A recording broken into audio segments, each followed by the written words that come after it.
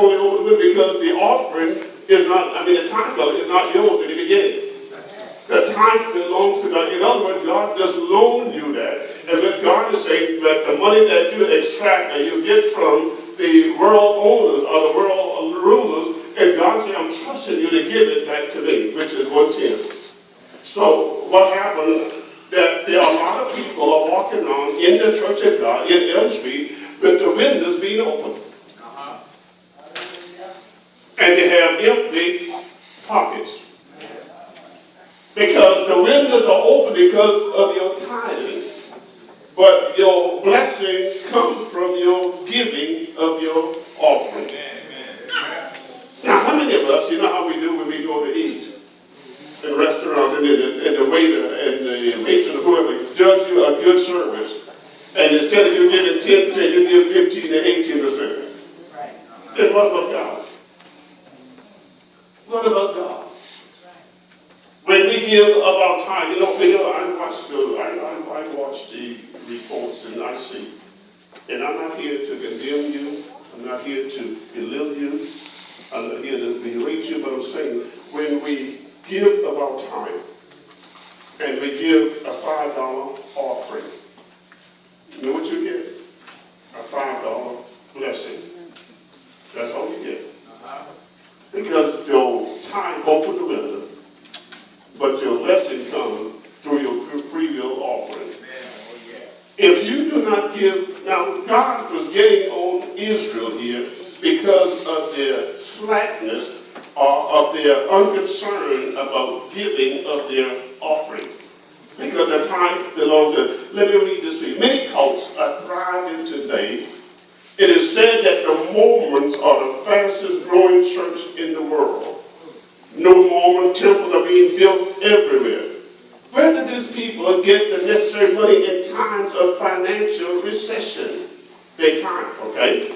They open the window. To Christians, possessing the true gospel give less than those who propagate a false religion. Should believers give less to the Lord than they give to a waiter in a restaurant, a taxi cab driver as a tip of gratuity? There are two misconceptions about tithing. Some say that tithing is Old Testament sanction, which Christians are no longer required to follow. Others say that tithing is too much of a hardship for modern Christians. Let me tell you, it's not a hardship if you've been changed. The song just said, if you've been changed, it's not a hardship. But Thomas Myers, Bishop Thomas Myers, said that I pastored this man until he died. Good man and faithful man in God. He said, when God saves a person, he needs to save the pocketbook. That was his saying. He said, because God can't handle a stingy man. You have to understand Bishop Myers. He was firm and he was not hard, but he was firm in what he believed. But what I'm saying is that when we sit in a restaurant and we give the waitress who does not even cook the food, all she do is bring it to you.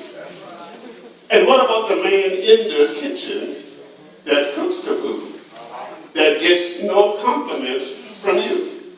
Because all you're concerned about is the waitress that brought you the food, and you give her 15 to 18%, sometimes 20%, if she treats you real good.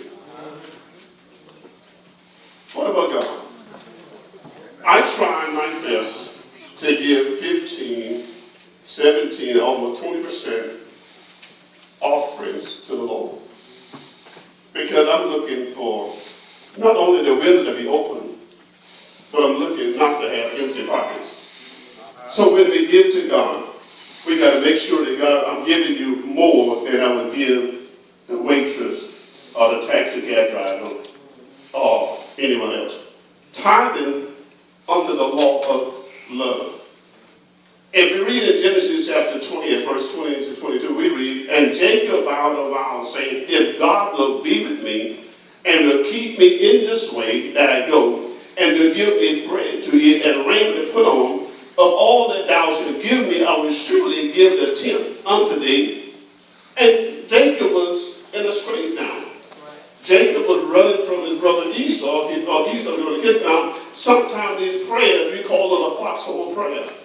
And he was desperate for God to touch him and desperate for God to meet his needs. But he said, God, if you would bless me, I will give you a tenth of everything back to you.